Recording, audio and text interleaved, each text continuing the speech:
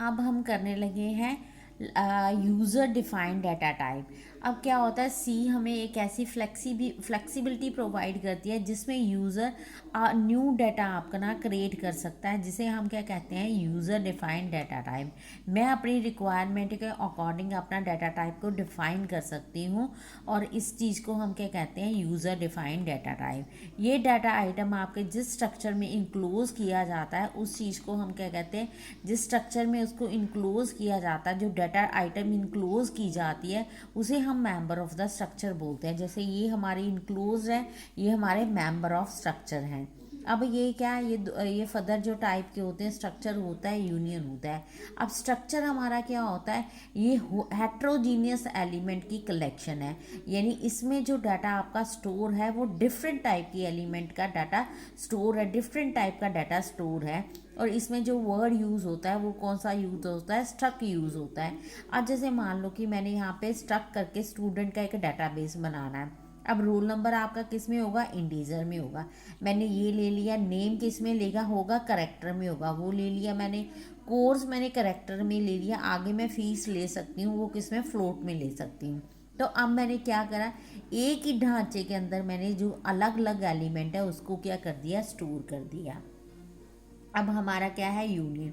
Union भी हमारा similar होता है स्ट्रक्चर के लिए, और ये भी क्या होता है, ये भी हमारा हेट्रोजीनियस एलिमेंट का क्या होती है, कलेक्शन होती है। और इसमें मेजर डिफरेंस आपका क्या, स्ट्रक्चर और यूनियन का आ जाता है।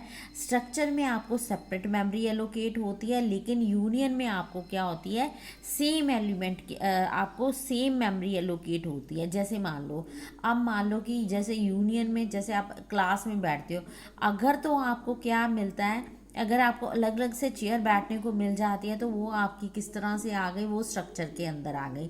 लेकिन अगर आपका क्या है, आपको एक लंबा सा डेस्क दे दिया, उस पर बोल दिया 4 स्टूडेंट ने बैठना है, वो आपका यूनियन के अंदर आ गया। अब जैसे एक और एग्जांपल ले लेते हैं, जैसे यहाँ पे अब स्ट्रक्चर के लिए मान लो कैर को मैंने 20 दे दिया, इसको कोर्स को भी मैंने 20 दे दिया, लेकिन अब यहाँ पे अब मैंने क्या किया, इन चारों पांचों को मैंने 50 मेमोरी एलोकेट कर दी।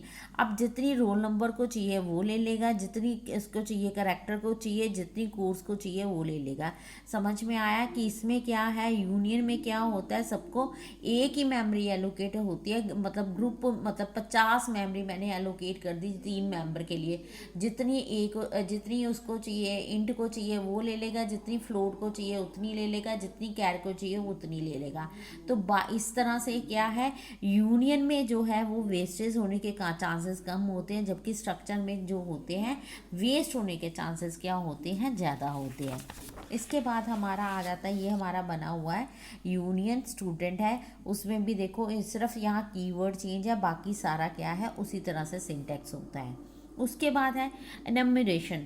ये एक और अनदर तरीका है कि यूज़र डिफाइंड डाटा टाइप का, इससे भी यूज़र है अपना डिफाइंड डाटा कर सकता है, लेकिन उसके लिए उसको वर्ड क्या लिखना है पड़ेगा, इनम करके वर्ड लिखना पड़ेगा। इसका मतलब होता है इसने नया डाटा टाइप बनाया, लेकिन इसमें रिस्ट्रिक्टेड सेट ऑफ वैल्यूज़ होती हैं, उससे ज़्यादा आप वैल्यूज़ नहीं ले सकते।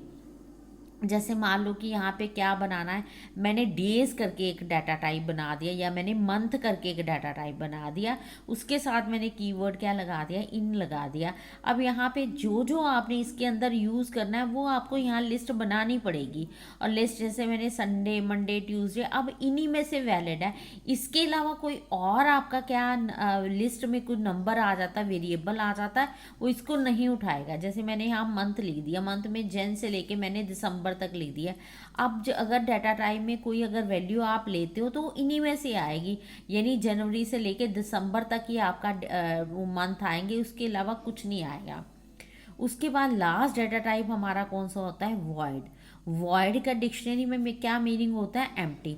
ये लगाया जाता है, अब जैसे प्रोग्राम भी मेनली बनाए जाते हैं तो उसमें रिटर्न 0 करके लिखा जाता है, तो वो भी हमारा वॉइड फंक्शन होता है। तो ये हमारा क्या होता है, ये कुछ भी रिटर्न नहीं करता, वॉइड का मतलब ही एम्प्टी होता है। ये ऐसा फंक्शन है जो कुछ नहीं रिटर्न करता। आगे आप फंक्शन चैप्टर करोगे उससे आपको इसकी ज़्यादा क्लैरिटी हो जाएगी। इसका मतलब होता है ये कुछ भी रिटर्न नहीं करता।